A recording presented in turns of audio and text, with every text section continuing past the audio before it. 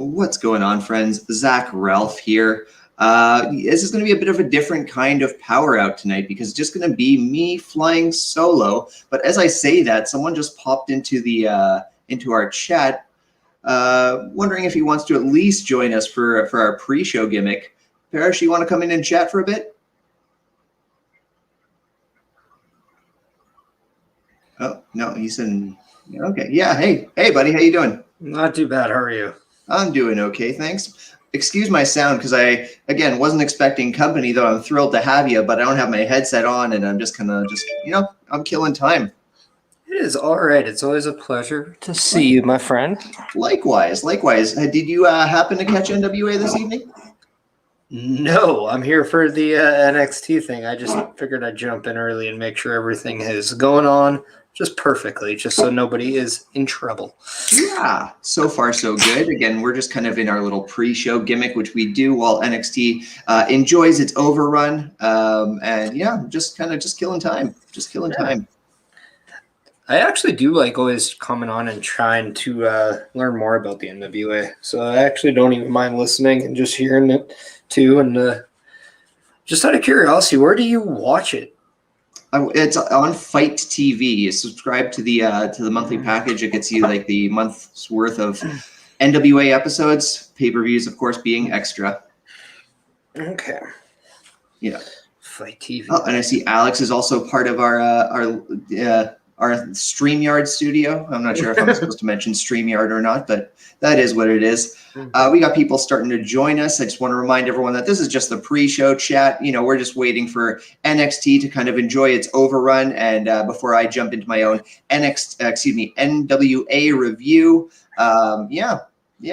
How are you guys doing? How's everyone in the chat? Let us know how you felt about tonight's show. That includes both NWA and NXT because this is the double feature. Immediately after I'm done my review, the War Report will begin with Parrish, with Alex, with Astrid, and I believe Cody as well. So a bit of a love wrestling crew, and we're they'll be talking NXT tonight.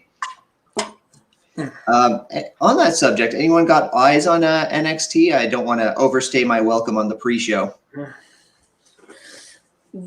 Yeah, I mean, it's kind of weird because it's like they're just rebranding it on the 14th, so this is kind of like the last episode right before. So it's very interesting to see what it's going to be like this time next week. Right, everything's different, so it's weird because it's such a touchy subject. I find with people because you either have the people that just like they don't want the change. Some people are open-minded and they do want it. But then you have the people that are just flat out scared of what could happen because it's WWE and not a lot of people seem to have a lot of faith in their creative moving forward. So it's interesting. Exactly. Yeah, it's going to be a mixed bag of reactions one way or the other, even if it is like an aesthetically pleasing rebrand. We'll see how that goes. My friend Alex, you've just told me that they've finished up the main event. I'm going to assume that means it's close enough to the end of the broadcast. And with that, I don't want to run too long on Powerrrout, and I want to give you guys ample time to jump into your NXT review. So we're going to kick off Powerrrout. And Parrish, thank you for joining me for a little pre-show chat. This was nice. Yeah, it's always nice to do this. We should definitely do it more. I would like that very much. We need to find more overlapping interests in the wrestling scene. Sounds good. All right, talk to you guys in a bit.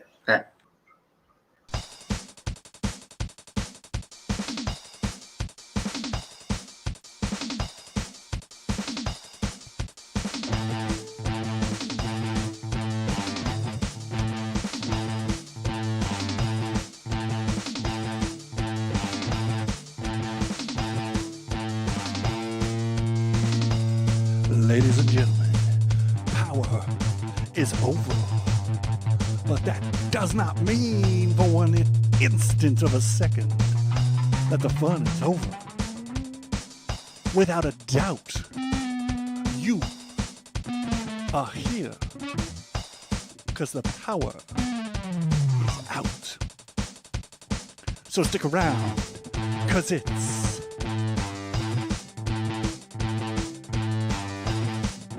Power Out.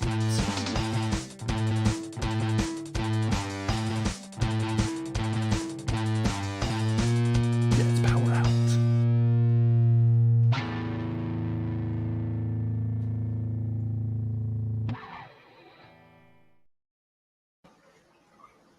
What's going on, friends? Zach Ralph here. Welcome to Powerrrout on Tuesday night, the first in your Love Wrestling double feature. I am, of course, here to review all things National Wrestling Alliance and the fallout of tonight's episode of Powerrr. And immediately after this episode, you don't even have to leave the stream. We've got Parrish, we've got Astrid, we've got Cody, and we've got Alex popping in for the review of tonight's WWE NXT. It's a good time to be a wrestling fan when you have two shows to review on pretty much any given night of the week. And yeah, Tuesday night's a big one, especially for us here at Love Wrestling. Very different show today because usually I have a co-host, and I failed to secure one this week, but that's okay. The way I see it, I've had Pluggo fill in for me a couple times on this show, and each time, and this is just a coincidence, I promise I'm not this diabolical. If I was, I would actually take credit for it. But each time he's covered for me, he did it by himself, and he had to cover an NWA recap show. So if he can chat for a good half an hour about stuff that had already been broadcasted on NWA TV, then I think I can do the same. I think I can fill the time reviewing a brand new episode.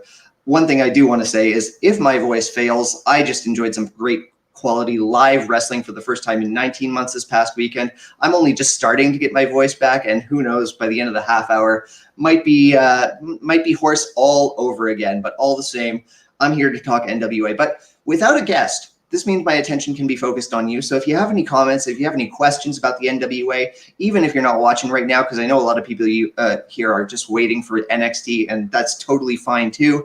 If you have any questions, you want some entry points into the current run of the National Wrestling Alliance, I am more than happy to help, and thank you for co-hosting, so to speak. But let's talk about today's episode. Before I do, I have to do my due diligence. I'd like to take a moment to thank our sponsors at RK Athletics for all your online and one-on-one personal fitness needs. Visit them on Twitter, Facebook, and Instagram at RK Athletics 1. It's a great program founded by a great guy. Do yourself a service. Reach out, let them know your fitness goals, and start chasing them today. So the episode of Powerrr today kicks off. Once again, we're still at Chase Park Plaza. I like that they're hanging around the venue. We get a promo from the newly founded tag team of the Rude Boys. This was nice because we got to see El Rudo shine on the mic, which we really haven't had a chance to see so far on NWA. I know he's made waves in the international scene. He's better known as Sam Adonis, but because Chris Adonis already exists on the roster, I think that's probably the root of the rebrand. But El Rudo suits him just fine. He's talking himself up. He's talking about their chances in this tag team tournament, and all the while he's saying, the NWA tag team division is just on fire. I'm going to be honest, I don't quite agree with that assessment because, frankly, you look at this tournament, and with a couple exceptions like the end, it's mostly tag teams that have been thrown together. And you get kind of a mixed bag of quality teams in this. We will talk about that at length when we meet these other teams later in the evening. But, I think he was just talking up the tournament like a good promoter does. But as a fan, I'm afraid I can't quite agree with that assessment. We kick off we head over to the desk. Joe Galley and Tim Storm are joined at the commentary desk by the current Real World's champion, Trevor Murdoch. They address that Nick Aldis is in the house, and he's going to be on screen later to address his future.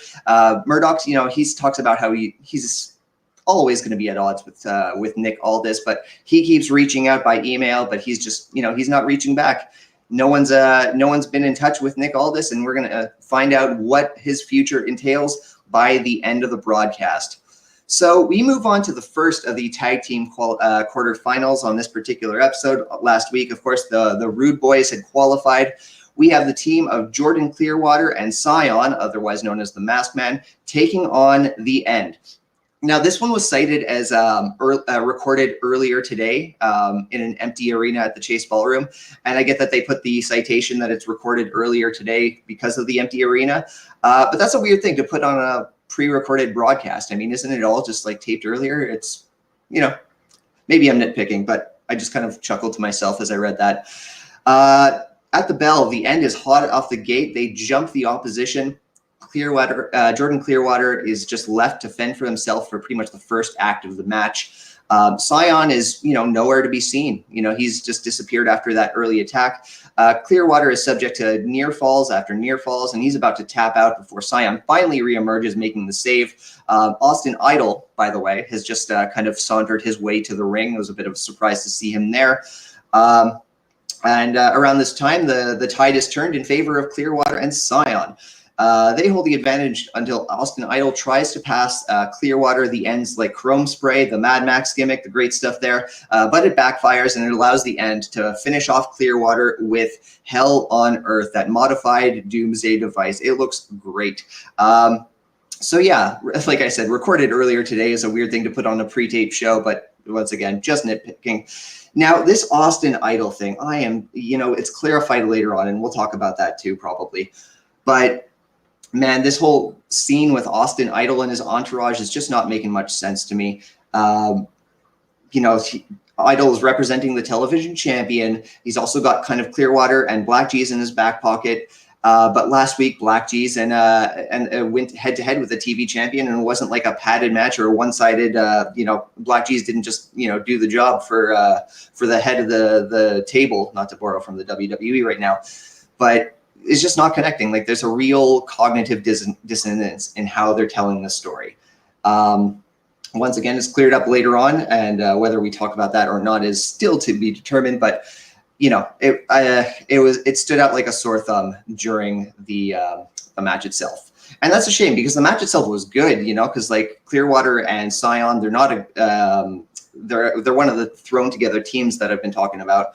Also, like, I'm really digging the end right now, and I was really happy to watch them get a chance to do what they do best. Like, we're early in this tournament, and I just touted the end as one of my favorite tag teams working in the business right now. But, I think they might be the right choice to end this tournament and become the #1 contenders. Because again, La Rebellion, the end, you got two beast-looking teams. That's just something that never goes wrong. And again, these are all like amazing workers. I'm just growing to be a bigger fan, particularly of Powerrrout, but as of the team as a whole, I become a bigger fan of this unit day by day. What's coming up next? We come on to hold on, we got a couple of comments. I'd be remiss to not jump to them, especially after I've asked you guys to co-host with me tonight. First from Ed.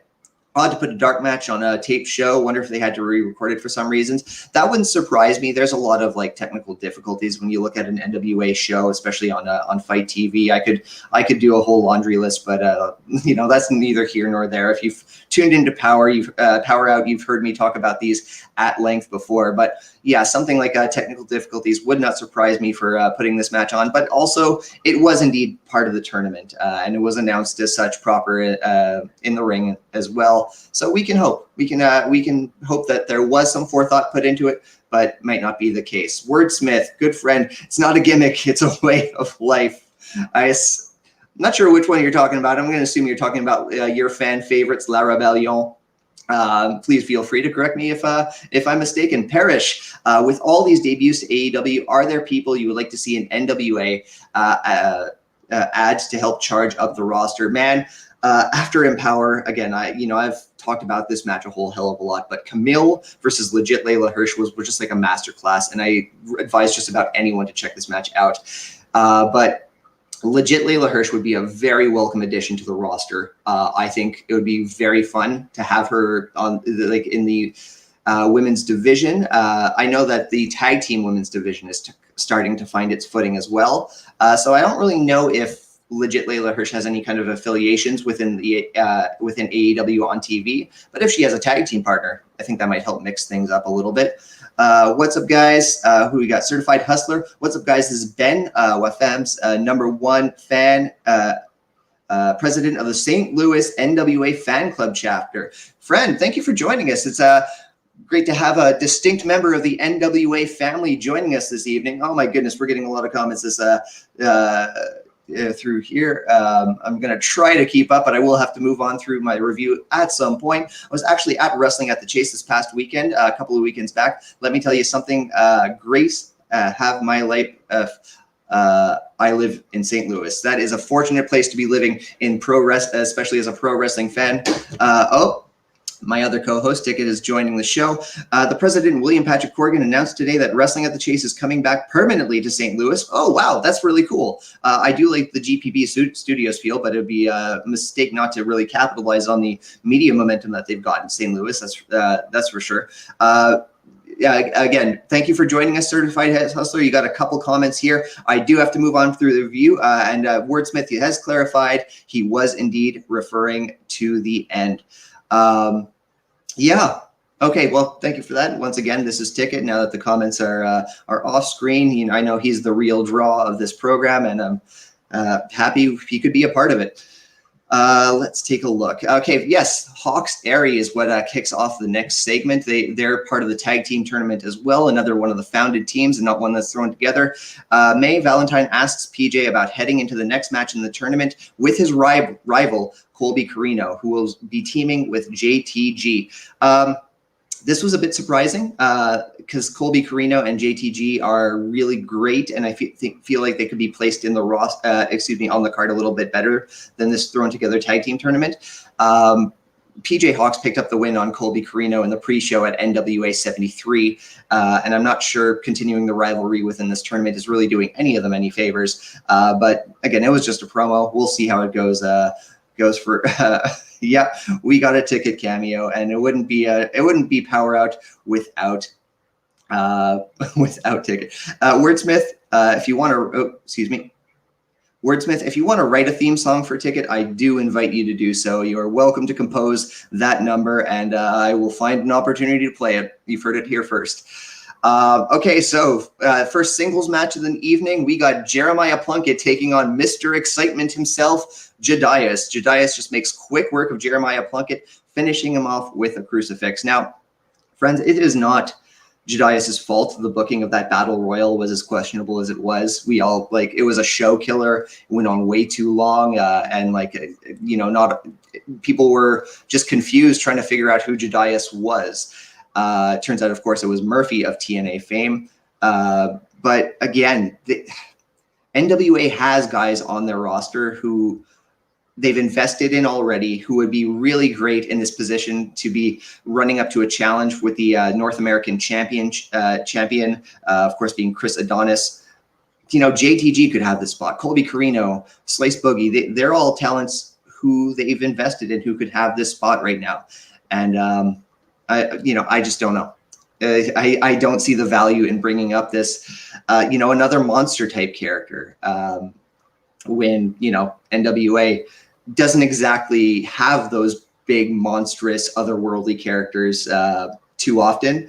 But they already have the End. They already have La Rebellion. I'm not sure what Jedias, even with Father James Mitchell, brings to the table. After the match, James Storm comes out, and he's got Jedias's message. He has a mic drop moment and takes off. Once again, James Storm versus JTG, James Storm versus Colby Carino. These matches sound appealing to me. I don't need to see James Storm versus Murphy, which is probably a match I've seen on TNA. Also, this seems to be a new feud, at least fresh on NWA TV, but commentary kept referring to it as something, that's been building for a couple weeks. Please correct me if I'm wrong, any of the viewers, but I do not remember any of that. I didn't see that. James Storm was interrupted last week. I want to say by Austin Idol. Jedias and Father James Mitchell, they certainly confronted Chris Adonis. This is this is another one of these technical difficulties, just like something is just not lining up as well as it should. Next up, we get a face-to-face between Crimson and Jax Dane. The War Kings have imploded at NWA 73. Dane takes the opportunity to tout all of his past accomplishments while putting down Crimson for his lack of them. Just going to check a couple comments over here. Please excuse me. This is not easy to do on my own. Again, Pluggo, if you're around, credit to you for doing this on your own. NWA fam, that's a takeaway from any. That's a good hashtag to take away from any episode of Powerrrout, from Power, NWA 73, all that good stuff. The NWA fam it's got a very solid social media presence, and it's been fun to rub shoulders with you on the old social media. Back to Crimson and Dane. Jax Dane accuses Crimson. It was like, oh, you're just trying to angle for my championship opportunity, which I won in the championship series. No. But Crimson says, like, James Jack Stain got lucky being a last draft pick in that championship series. And, now he's just touting unearned success. Says next week they're going to be main eventing the program, and he's looking to embarrass Jack Stain in the main event of Powerrr. The night kicked off with like a competitor touting the success and how hot the tag team division is. This highlighted a glaring issue. I mean, this is a recently defunct team, an established team who could have easily padded up this tournament roster. And frankly, I don't really know what either of these gentlemen have for them afterwards. Of course, Crimson has his title opportunity that he's earned in this championship series. But other than that, that's going to be a quick program. That's going to be him taking a loss to Trevor Murdoch before Murdoch moves on to bigger things, certainly. Not sure where this is going for either of them. Excuse me. Like I said, went to a wrestling show and my voice is starting to catch up with me once again. Next match, we got Tootie Lynn versus Kylie Rae. Handshake kicks us off into some nice chain wrestling from the get-go. Very competitive match with Kylie taking full advantage of 5 counts and other rules within the boundaries of the match before she finishes off by locking Tootie Lynn in the charity case. This is my second time seeing Tootie Lynn. Didn't really get to see too much in the Battle Royal, but I really enjoyed what I saw tonight. That shotgun drop kick was a nice thing to look at. It was a really nice looking drop kick. And Kylie Rae, you could sing her praises forever, but what she really did well tonight is she walked the line, using those. She was borderline heelish, but she could also kind of get away, I think she was being heelish because Tootie Lynn is from St. Louis, but Kylie Rae could still walk into another arena tomorrow and still be like the forever baby face that she is. But maybe this is leading to a Kylie Rae heel turn, which I might have time for. She's a talented performer, and I'd like to see what she does on the other side of the spectrum. Kylie knows the rules in the biggest William Regal voice I can dare muster right now. Not happening. Now, I'm going to thank Certified Hustler again for pointing out that the NWA will be taking roots in St. Louis, and that spells only good things for Tootie Lynn because, again, like I mentioned, she's a hometown favorite. She got a huge pop at the pay-per-view, and she was met with a lot of disappointment when she picked up this loss to Kylie Rae. So let's hope for big things for her because again, it was a great program to watch. And yeah, let me know what you think. Is that if there's here we go. If Bayley can be a heel, then Kylie can absolutely give it a shot. Couldn't agree more, Ed. Bayley is one of those people who just surprised me. Like, really, they turned her heel and then she just knocked it out of the park. So the proof is in the pudding. Austin Idol and his entourage. You know what? I wasn't sure if I was going to cover this, but let's do this. If you watch Powerrrout regularly, you know that I do not make a habit of mentioning the name of the television champion if I don't have to. Take it. This is not the time. Tyrus is a really bad wrestler. I'm not going to mince words. He is not a compelling character. Like he couldn't be the monster in WWE, so they tried the Funkasaurus. Neither of those worked. I don't like crapping on people's ring work because I'm not a wrestler. I can talk about what I like, but I don't like talking about the finer points. I also can't fix watches, but I can tell you when one is broken. Better analogy, I'm not a mechanic, but I can tell you when the car is out of gas. Tyrus. And on top of that, he's a shitty guy. And he is one of those people in the locker room. There's a handful of Tyruses who prevent NWA from being great. When NWA launched again, I reached out to Spencer and like, hey, I want to do an NWA show. I want to do a reaction show after every show. And, I want to talk NWA because I love it. And then they announced that Tyrus would be fighting at their comeback pay-per-view. I nearly just pulled the plug on Powerrrout. Because Tyrus, if that's the people they're going to be hiring post-pandemic, I'm not sure if I want to support that. But I did. I have maneuvered around discussing Tyrus's name as much as I can and can considering I'm here by myself. I'm not dragging anyone else under the bus with me. So, you know, there it is. There's my piece on Tyrus and why his name will not really be mentioned very often on this show. Yeah, fuck that guy.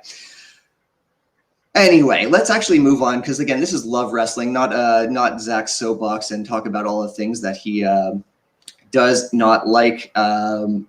Yes, thank you, Ticket. I see. This is my support system when things go rough and my emotions are at edge. He's here to. Okay, he's really getting close now. This is Ticket. You're close to the mic, right? Anyway. We got a tag team match that I'm going to eventually get to. Here we go. Mims and Sal, the Big Strong Pals, great tag team name, even though this team is thrown together, taking on Marche Rocket and Slice Boogie. Marche Rocket and Slice Boogie, they've been working together for a little while on NWA programming, and Mims and Sal, unless I'm mistaken, I think this might be their first time working together. And we get a lot of fun work between Mims and Sal. You know, they're catching Slice Boogie and Marche Rocket off with guard with you know, in the first spell with some very unique offense, lots of fun stuff to see there. Whoever's manning the Love Wrestling social media presence right now, Ticket wants to drop the mic literally. Well, I guess someone has to. I'm not dropping my mic anytime soon, though. It's probably the most I've invested in my content creation.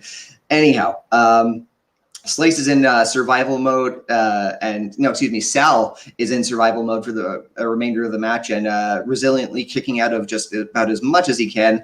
Sal surprises Slice with some offense, but he gets a blind tag to Mims, who comes in with a big sidewalk slam and picks up the victory. Again, I think the proper team should have moved on, but I think we might have a dark horse in this tournament in the Big Strong Pals. There's a lot to like in Sal Renaro in any given time, and this pairing with Mims is quite fun.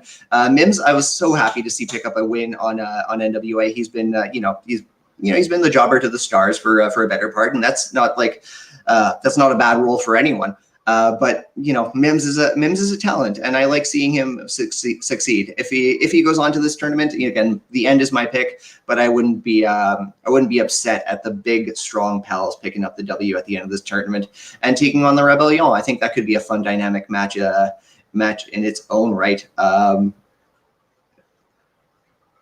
Parrish, I'm trying to, my Parrish in the comments, my phone always autocorrects his name. This is, of course, referring to the Tyrus rant.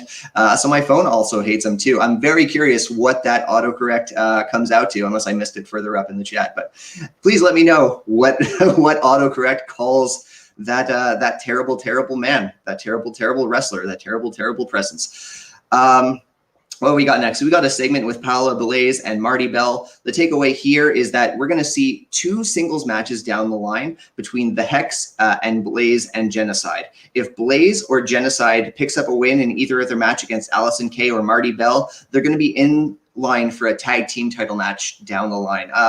Unique stipulation, but I think that also really understates the lack of women's tag teams in the NWA. I am all for I'm all for the NWA women's tag team division. I think that's a great move, but I also don't know if they have the roster to support that. They have just enough to get by for a strong women's roster in the singles division.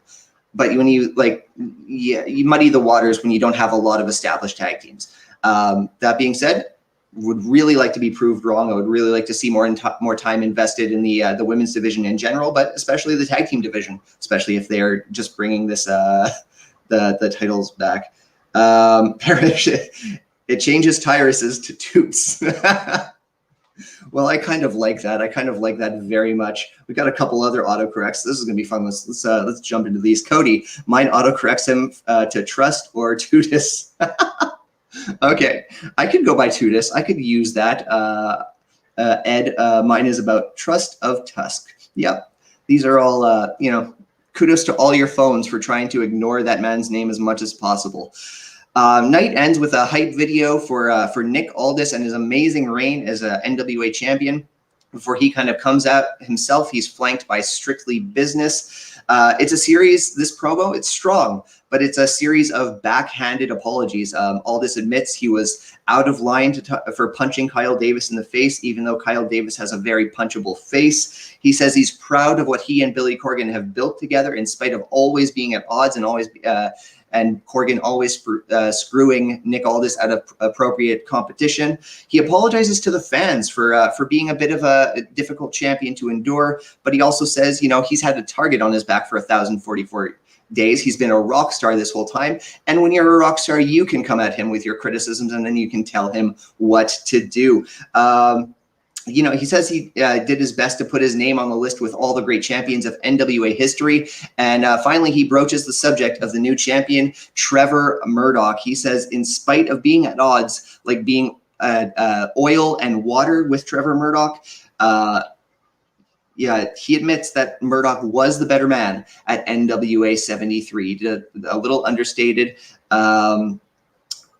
Excuse me. And, he says Murdoch was the better man, but now Murdoch is going to be that guy carrying that big target on his back. He warns Murdoch, this is the big takeaway from this promo, is that he is going to get back on the horse again. He is going to be coming back for that NWA championship, and Trevor Murdoch needs to watch his back.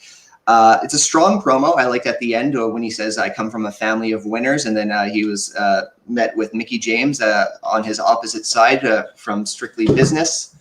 Ticket making a scene. Please excuse that. Ecto guy. I like this philosophy. I just don't type his name. I will say this, it was a strong promo. I really like Nick Aldis. He unfortunately, like many champions in the past couple of years, have a big asterisk on their reign because the pandemic really padded their numbers and also devalued their reign because they didn't have the opportunity to have all these stellar matches. Another big thing for all this is he was Flair. He never really found his steamboat in the NWA. And again, a big part of that was NWA getting their legs cut out from under them in recent years with the pandemic. I have all the time for Nick Aldis in the world, but in spite of that asterisk, I know he kind of had a couple extra obstacles thrown his way. I don't know if I have time for another Nick Aldis reign. I don't know if I have much time for set up for a big rematch with Trevor Murdoch either. If they're going to go in that direction, I really hope that they have something big planned. I hope they have the most dynamic story ever told. I hope I improved. My expectations are proved wrong. Because again, I support Nick Aldis. I'm a big fan, but 1,044 days is a very long time, especially with some disappointing past few months in his reign. That is what it is. I want to thank you all for joining me on tonight's NWA Powerrr. Please be sure to follow me on social media. I'm at SmarkMouth on Twitter, at smark.mouth on Instagram. I'm often talking NWA, but I'm also talking about my podcast, the Smark and Friends podcast. I got a new episode coming up this Thursday. Actually, I'll bring this up now because it's kind of relevant to what's happening in wrestling right now. We're going to do a watch-along podcast. I'm going to welcome an uninitiated wrestling fan, as I often do, to watch some wrestling with me. My guest is going to be the host of the Punk Roquette show out of Quebec City. It's Emily Plamondon, and we're going to be enjoying some wrestling from First Wrestling, and you can probably tell by the title right there. Yes, indeed, we are watching a Ruby Soho, then known as Heidi Lovelace match, taking on Kimberly. Once again, that's from First Wrestling. It's a great match, and I had a great conversation with Emily. We talk punk rock, we talk live shows, we talk wrestling. And we had a blast watching the match. So tune in Thursday. You can listen to the podcast and have the prompts to tune in to yourself on YouTube and watch along with us. Or you can join us Thursday on Twitch, which once again, the footage is graciously provided by those at First Wrestling. So we're going to be watching it together on Twitch. I want to thank you all for joining me tonight. Once again, just hang around this stream because the second Powerrrout ends. It's going to jump into the War Report. We've got a great crew. We've got Parrish, Alex, Astrid, and Cody. They're all ready to review tonight's WWE NXT, and they're going to do a marvelous job doing so, as they always do. Till next week, friends, we're going to be back with Powerrrout. And yeah, I will see you then.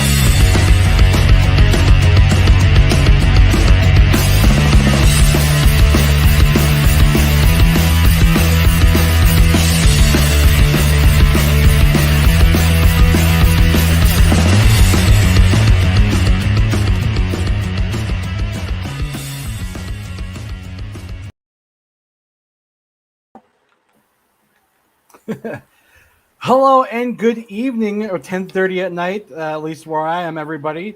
I am Alex. I'm your host for the NXT War Report. I am the designated hitter.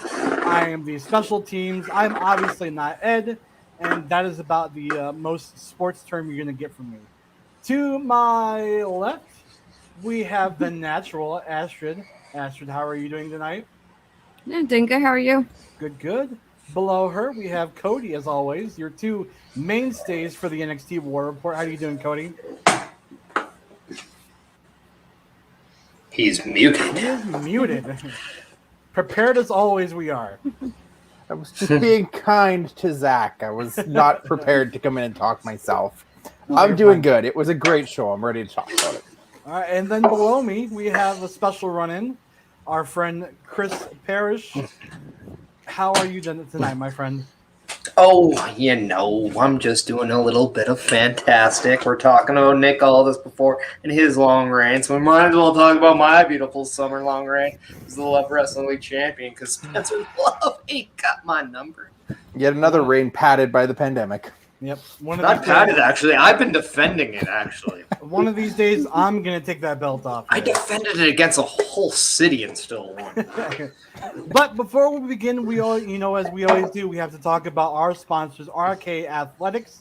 They are always going to be helping you, me, and everybody with us tonight get into a better shape. And you can find them online at RK Athletics 1 on Facebook, Twitter, and I think some other places. I think there's also a website. Forgive me. They also provide in-house and online professional training. So if you're looking to lose some of those lockdown pounds, get a hold of them. Let them help you out.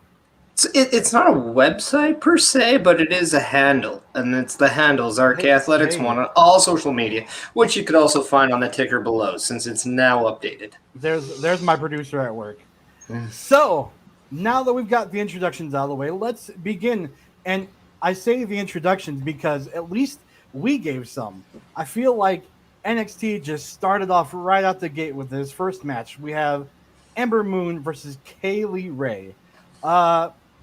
Both of these women had something to prove. Both of them were ready to show themselves off and pick up this win. Let's begin with the natural. What do you think about the match as a whole? It was some really good back and forth action for me, and I like how they kept saying how it's basically taken Kaylee a little bit longer than usual to win over Ember compared to the other opponents she's had so far, and how it pushed her more than it did before the previous weeks. So I really like how they pointed that out during the commentary, but overall the match was really good. All right, and Cody. Yeah, I definitely think they tried to make it seem like Ember was really strong in this match. Despite her recent losing record and kind of fall from grace from the top of the women's division and all of that, they really kept putting over how it could just take one match to really get her back into her groove. The way she wrestled, it made her seem really strong against an opponent the caliber of Kaylee. Evenly split chants from the crowd too, right off the bat, which I noticed and was a little surprised that we had that real back and forth so early in the match. Chris, did you happen to catch this match? Yeah, like I just wanted to make a point because like every time we see change in NXT, especially with the female division, we always see kind of new people step up and they become the new pillars of this division. We've seen it when Asuka got moved up. We saw it when all the four horsewomen moved up. And I feel like it's in a weird state of flux right now, especially with all this moving. And once I stop talking, I will fix my camera, by the way. But no, and I think it's really important because I think Ember Moon never really got a fair shot up on SmackDown and Raw. But then when she came back to NXT, she seems more comfortable. And I think that's really good. And then now she's kind of been given somebody like Kaylee Ray, and they really seem to mesh well. And I hope this isn't a one-off match because I think these two, alongside with your Io Shirai, can really help make somebody like Raquel Gonzalez a really more polished champion than what she is. So I think these two having that time to shine is going to really help elevate the female division in the NXT. Yeah, I definitely think this match was a good opener. I feel, and that maybe just because of where I've come from, that there were a little bit of a slower pace. Maybe the pace was off during the match. There were some spots, and of course they have to work around the commercial break, which we did have a picture-in-picture. But by the time the end of the match came, they definitely brought it back, and they had the crowd excited. They had me excited to see, and of course we saw Kaylee Ray take the win in this match. The rough part up here is we don't actually get picture-in-picture on the Canadian feed, so I missed anything of importance that happened in there. But talking about the spots before we move on there, Alex, I had kind of the same notes on it, that there were some that looked really, really quick, really polished, like Ember's suicide dive and that finishing sequence. But then there were others that looked kind of slow and sloppy and questionable, like Kaylee Ray's swanton off the top rope looked like really weirdly set up and timing was a little off. Yeah, it just had that feeling to me. Like, of course, this was the opener. You expect a little bit more, a little bit higher, hotter of a match, but they had to do what they had to do. I couldn't tell if it was maybe some miscommunication or if it was one of them or the other, but we did see the match conclude. Ed in the comments, EO, Frank, Ember, KLR, Mandy Rose, and a whole list of names. This is just still such a stacked division around Raquel. I completely agree. What do you guys think? Yeah. Talking to our two mainstays here, Astrid and Cody. I mean, I was letting them go, but I mean, if I had to jump in, I mean, I have no ill will of jumping in if I have to. But no, I mean, I think it's very important, though, even with a group like that you do have your go-to pillars. So, I mean, they really are the ones that hold that division up, whether or not hey, we need to slide this person into like a couple matches here because we need to make sure that, like, maybe when like Gigi Dolan is like, having some singles matches, she doesn't really have the experience on the NXT to kind of like with the audience to kind of like, oh yeah, she could, like, she has a talent. Like, don't get me wrong, she has all the talent in the world and one of the best theme songs. But that's not. I mean, let's just stop there. But no, but I mean, if she needs to have a really good like just singles match, all of a sudden you're just like, oh, here's Kaylee Ray, one of your most decorated female champions in the last 5 years. Oh, here's Ember Moon, who's just one of your best talents that you have. And then you have like an Io Shirai. And then it really helps complement some of the other women that are maybe fresh to the scene, but then they can also feel more established after 1-2 matches. And I think that's really important to develop as you're kind of going. And I think we're seeing that a lot just throughout all of the NXT, especially with that breakout tournament, like the post editions. Yeah. Go ahead, Cody. That list that Ed throws out there, I mean, that's a solid list, but that's not even everything, right? Like we saw tonight, the debut of Mei Ying we'll get to later. You've still got Dakota Kai, who knows if she's still hovering around or if she's going to get called up. That's kind of up in the air right now. You've got Candice LeRae is not going to be wrestling for a year, but she's still likely going to be around the product for a year. You've got a lot of women pushing this division, and I mean, Indy's not on that list either, and I feel like Indy's in line that she's probably going places after the wedding too. Yeah, and then who knows? Even if we're going to see more jumps from the NXT UK, we just don't know. And then there's always that development, the PC. So, and BFAB and Electra Lopez now too. Mm-hmm. Astrid, is there anybody that you have your eye on in this division? Yeah, I was thinking like we have BFAB and Electra who are just like not only obviously highlighting the women within the guys and their storylines, but I was thinking of Saraya as well, who they've been pushing so far since her debut as well. Definitely. From there, we move on to Oni Lorcan, Rich Holland, Pete Dunne, and Danny Burch with a promo backstage, putting over the main event with MSK for the tag titles. And then we cut to commercial, and then we go to some Astrid. Why don't you take this one? It was funny way for to me make it watching- sound like you had no idea where you're going. Oh, I know where I'm going. I know, but Oh, I know where I'm going. it just sounded fun. No, definitely this is one of my favorite like segments of the night. This bachelorette party, as I would say. One of my favorite lines was how one of the girls goes, "W weddings, like it's a W wedding, it's never gonna happen." And I'm like, that's definitely what I always like crossed my mind since the announcement. And not only that, but having like Casey and Kaden like going on TikTok while they're doing the party as well. And I like at the end having Indy and Candice go like, we're gonna go spy on the guys and see what they're doing, see what they're like in their bachelor party. So I thought that was interesting the way they left the segment just to like connect it to the guys segment as well. Yeah, and Indy saying that Dexter needs to crack Johnny's nut. Oh man, yeah. I mean, if only the main roster understood like how these segments could add to the not only like the show but the feuds, just like, you know, instead of like a stupid backstage segment that just gets so repetitive, so I just in a quotation, like, I don't care. I can go pee now. Let's do this because what I'm seeing is not that interesting. Like, these are entertaining and these are very funny and these are very just, regardless of if it really makes a match later on, it's something that you still want to see, and it's something that's can't miss because you just know what you're going to get out of it, and it's very important to the emotional investment that you have with the main characters. And now you really want to see like the story kind of go another step further, because with Indy, Dexter, with all the surrounding cast, like the Candice LeRae, see if there's going to be anything going on with her and Indy. Like, it's very beneficial to the character building, and I think even NXT is just doing that much of a better job with these segments. And I really wish that Raw and SmackDown would pay attention. Yeah.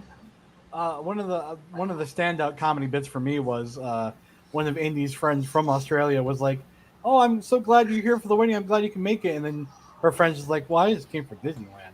That's why I'm here." I thought that was kind of a funny comedy beat. Disney World, I'd say. I'm so sorry, Disney World. I'm right in the middle of America. I don't know what's on the other side. That and Candice referring to Casey and Casey flip-flopping instead of TikToking. Instead of TikToking, yep. From there, we go to Carmelo Hayes versus Santos Escobar with Legado del Fantasma. I got it this time.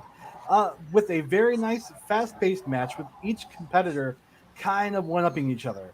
I did notice a camera cut just before Hayes was kicked off of the apron to the table at ringside and kind of, missed it or whipped it a little bit. But they did bring it back. And then by the end of the match, we saw the newest member of Legado del Fantasma. I can't say her name, so I won't even try. Electra. Thank you, Electra.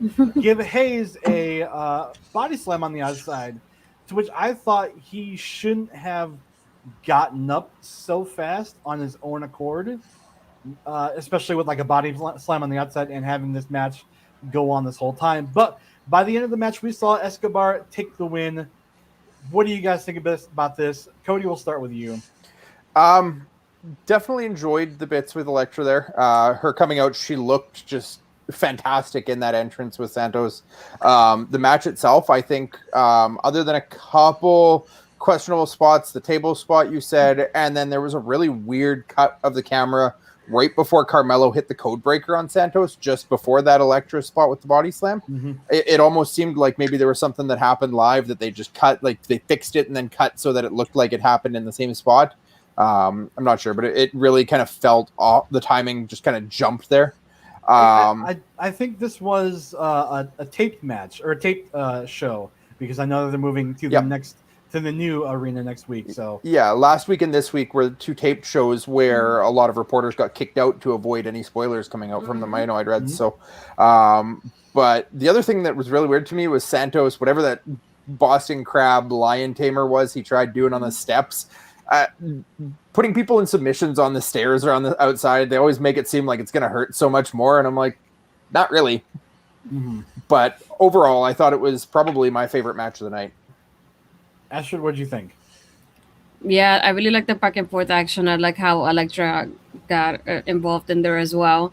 I was not expecting her to body slam it the way you did, but I'm really glad she did, because she looked awesome doing it too. So, but yeah, I'm not surprised that Santos won the match. But yeah, it was a really good match. It was probably one of my favorite ones for the guys tonight.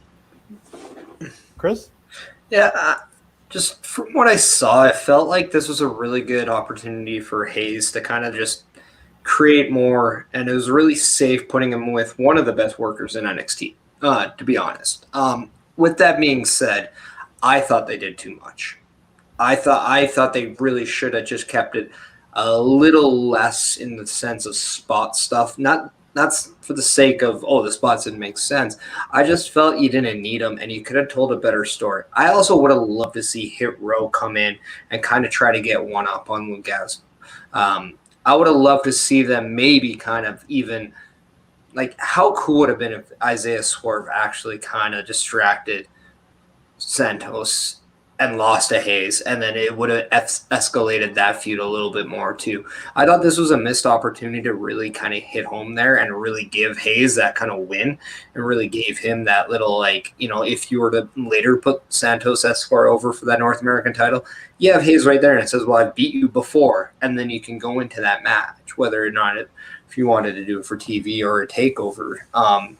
Providing if they still will do takeovers, I don't know. Yeah. Him losing in a dirty finish like that, he still kind of has at least a little bit of a gripe there that he could come back on to.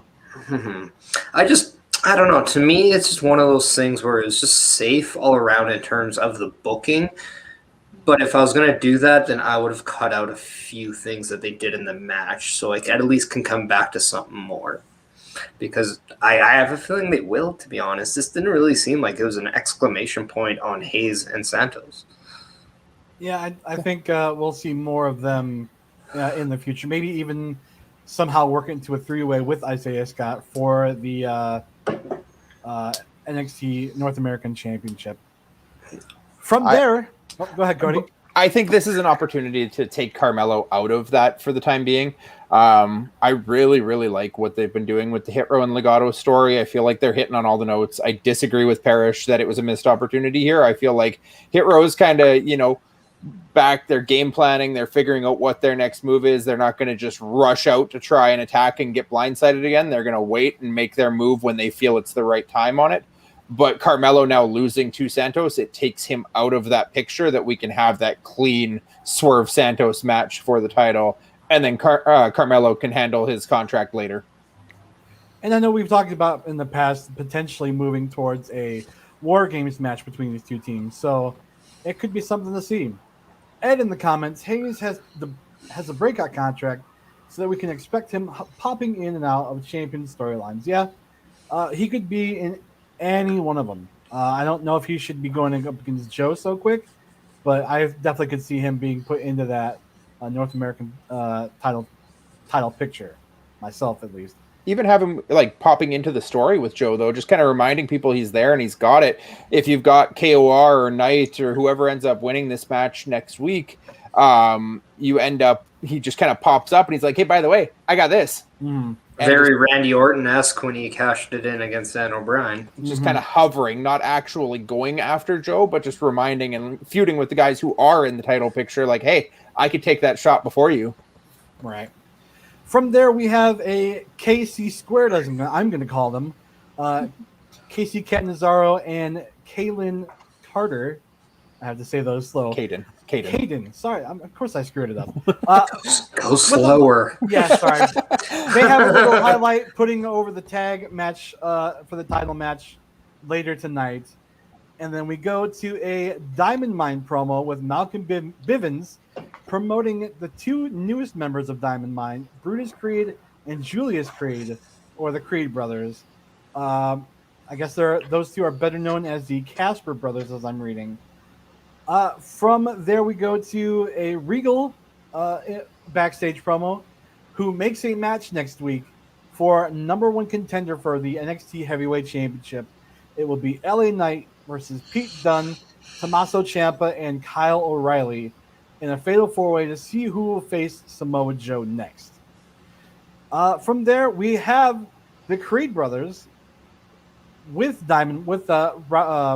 Roderick Strong and Malcolm Bivens against a team of enhancement talent, and I just have squash.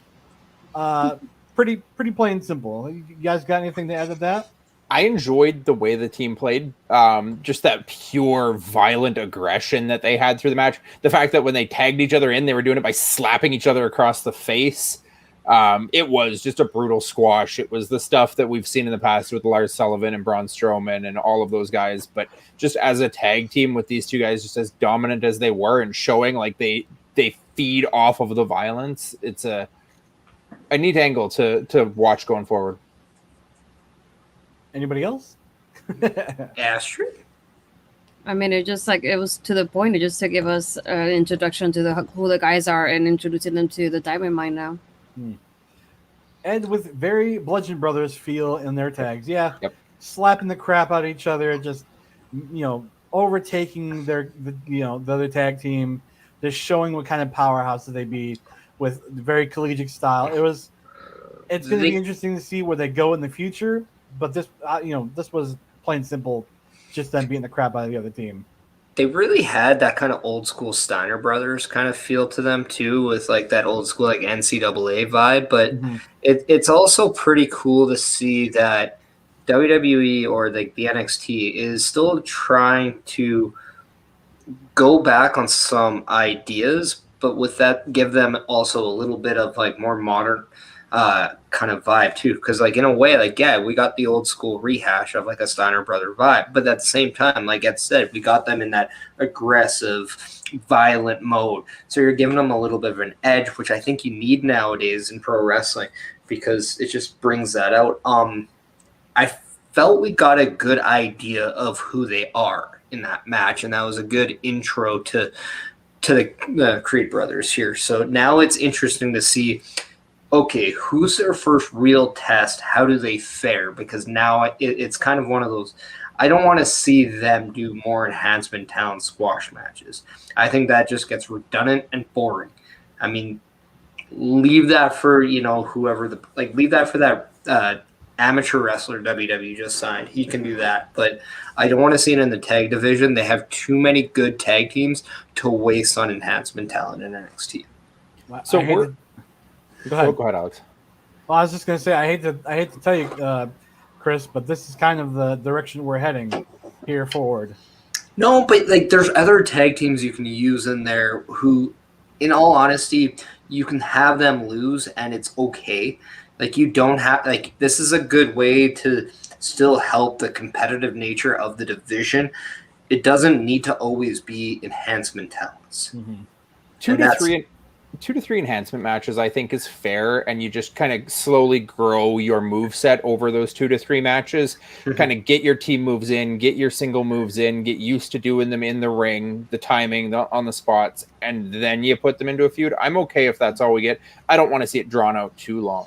But for Diamond Mine as a whole, we're a month in now. What are you guys thinking on them? We haven't even seen Hashiman wrestle yet. I'm not all the way sold on them yet. It's intriguing, but I'm still not convinced that they're the best thing right now in terms of the thing. I just don't feel their impact has been enough. Astrid? Well, go ahead, Astrid. No, I really like having Roddy in there, but just I still want to know what else they're gonna do after this, because I feel like they have no clear direction yet, and that's the part that I'm we'll see. I just want something for them, so I can know, okay, like if you give them like a feud or somebody like, for example, having Hit Row with Legato, something like that for them, then I will be like good, look good, and I want to watch it. I would be interested. But right now they have no direction. It's just like, It's unlikely we'll see the Hachiman. Heichman wrestle. Heichman. I think he brought to be in coach, and Kushida's injury and the rust release has slowed them down a bunch. Yeah. For me, I think with Diamond Mine, this is so you've had the office in the British office, right? And then you have the American office. I think we have Imperium and then the Diamond Mine because they're both wearing tracksuits. They're both very down mat based wrestling. It's kind of like that Spider-Man meme where it's like, oh, it's you. They're pointing at each other, kind of thing. But it's going to be interesting to see what they can do. So are you saying Roddy Strong is like Walter? Well, that's a match I'd like to see. To be honest, it'd be awesome. I'd like to know what actually like. That's a chop fest I'd like to see. I want to see. I want to see Roddy give Walter a backbreaker. But the king of backbreakers. But if this is being said, like putting Roderick Strong in the cruiserweight title doesn't really give them enough emphatic impact, though, because the cruiserweight title is still perceived to be one title less than the North American title. So if your top title in there is your third singles title, it doesn't really do much for the perception of that group when you're not going after anything more important. So why are we looking at them with importance? Like I'd like to see Roddy, because we know how good he is. I'd like to see him being catapulted in that title picture because he can go with a Samoa Joe. We know this. If you follow pro wrestling, you've seen the Ring of Honor matches that they have. They are nothing short of just solid. So I think you gotta go hard or go home with these guys. I think. Any other thoughts before we move on? Yeah, no, that's a good point, Parrish. They definitely seem like they're being set up as a lower level faction for sure, with Roddy going after probably the least important belt aside from the 24/7 at this point. But we've even got Jeff Hardy going after that, so it's probably up there. Don't get me started, Alex. Moving the wrong on. show for tonight. Moving on, we get a Zoe Stark and Io Shirai spot in the back, which was kind of them, hyping up their tag team title match later on. And then we have an Ember Moon promo in the back about her losses with her tag team partner moving up and losing the tag titles, and she kind of hints to maybe a possible gimmick change in the future. Question mark? Gimmick changed, heel turn. Yeah, maybe. I mean, she says we need to. She's got to make a change, and she knows what to do. So it'd be interesting to see where she goes. Can she go back to her old music? Because that'd be please. awesome. Yes, yeah, please. I miss it too. Yeah. From there we have a. Hit Row promo about the new gal Elektra. Got it right this time in Legado del Fantasma. And then we something about a $10 pinata. Definitely, this is just a promo, stating that hey, business is just only about to pick up here. We're not done yet. Just that promo, I hit on it earlier. Like all of the beats they're hitting for Hit Row, Swerve said it right there in that promo too. You got me. I should have seen it coming. You got me. Don't expect you're going to do it again.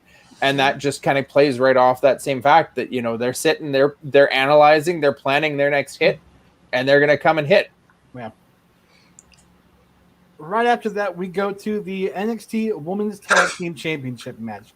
Io Shirai and Zoe Stark, the champions, versus Kaden Carter and Casey Catanzaro. I got it right this time. I was kind of hoping to see the Stark-Shirai split that we've all been kind of hoping for, but these two retained the tag team championships. A very good battle between these two teams. I was kind of taken away or out of it because I kept hearing some little girl screaming in the crowd. So my focus was kind of like on that the whole time, trying to pay attention to the match. But from what I could see, it was very good back and forth. I love Casey's athleticism.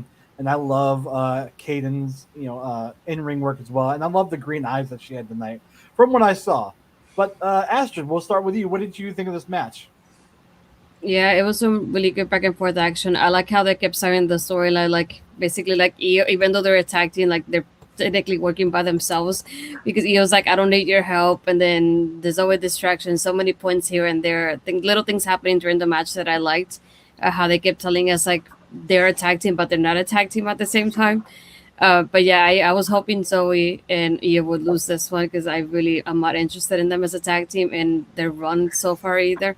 But I'm like, what's gonna happen next with them? Like, I think Casey and Kaden would have been a good choice to have the championship tonight, but I don't know. Yeah, agreed.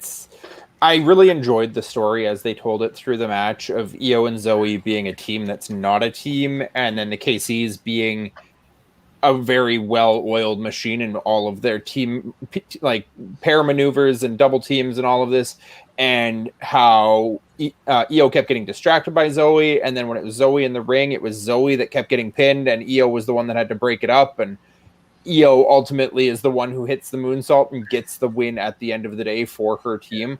So definitely teasing that. I think Casey and Kaden were the choice here. I think putting the titles on an actual team is always a better choice. And even the post-match beatdown, I thought would have made more sense on Casey and Kaden since they're the ones that beat those other two. Yeah. Going to what Cody was talking about, Mandy Rose wearing a face protector with Gigi Dolan and JC Jane. With the face protector, I think was being borrowed from Sheamus. Attack KC squared after the match, and then kind of have a stare down with Io Shirai and Zoe Stark, potentially setting up. I mean, not potentially, obviously setting up a future tag title match between these two teams. Chris, did you have anything to say about the match, or do you even get to check it out? No, so like I actually somewhat dig the awkwardness of Io and Zoe Stark, and I know it's gonna be everyone's like, what is wrong with you? And it's only because, let's face it, like they're gonna feud at some point. They're not gonna have a long-term relationship here, but it's still an organic thing because sometimes you do have those relationships with people where it's just like, I just don't think we work out. And like, how many of us can even just talk about being in a personal relationship where you just kind of prolong it because it's just like, I don't want to be that person. And I kind of feel like, in a way, it is very relatable having that awkward relationship at times.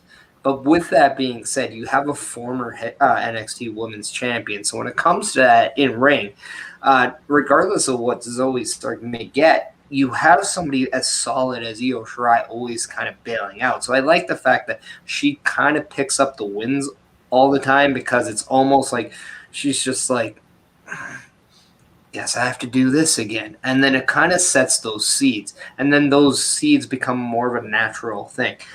I like the fact that the aftermath of this happened the way it was, because I think you got to establish this group. And before you just put something or you change something, I honestly think Gigi Dolan and JC Jane is the right choice for the next tag champions, because I think then you have the KCs kind of taken away from them, and it's more of a natural progression rather than a force. And I really think people are just don't like something, so they want to force it. That doesn't always work. So I like the fact that we're keeping something, not to mention like how easy of it or will it be for a couple some heels to kind of pick apart the awkwardness, pick apart the miscommunication between a team that doesn't gel. That's better for a heel team to take the titles off than it is for a babyface team. And that's why I like the choice of maybe not doing it. But if this is also going to set up a triple threat, maybe a turmoil match for these tag titles and give it some exposure, I'm not exactly against that, because these girls deserve the opportunity to showcase what they can do. Yeah. I do agree with you. This is kind of the odd couple pairing with these two. And I do think I do agree with you where to say that they're going to maybe alienate the fact that they're always at ends with each other and use it to their advantage, in the future. From there, we go to a backstage promo with Kyle O'Reilly talking about his feelings, talking about his obsessions, going from one Adam Cole, baby, to a new one in Samoa Joe and the NXT World Championship, which, of course, next week we'll see the Fatal 4-Way, and we're going to talk about this once again before the night is over. Next, we have what I'm sure we all enjoyed was the bachelor party for Dexter Lumis. We had Dexter, Johnny, and a zombie referee with Drake Maverick and Odyssey Jones in a limo. We have Grimes coming out handing out money, saying that the wedding's paid by me and tonight's paid by me. And then we go to a bunch of hijinks. But I'm not going to talk about those hijinks. I'm not going to highlight those hijinks. Astrid, we all know that you're the resident index person around here. Why don't you tell us all about it? Can I just first say that I'm bummed that I know where they filmed this and I wasn't even there. How close I was. I saw that in the comments. I'm like, I've been there for a couple of weeks now, and I'm like, one of the weekends that I don't go and they filmed this. Yeah, I'm bummed. But no, it was funny. I liked having the addition of Drake and Odyssey and Cameron in there. And a Cameron with Damn it, Ed! I was gonna save that. I wanted to use that. Yes.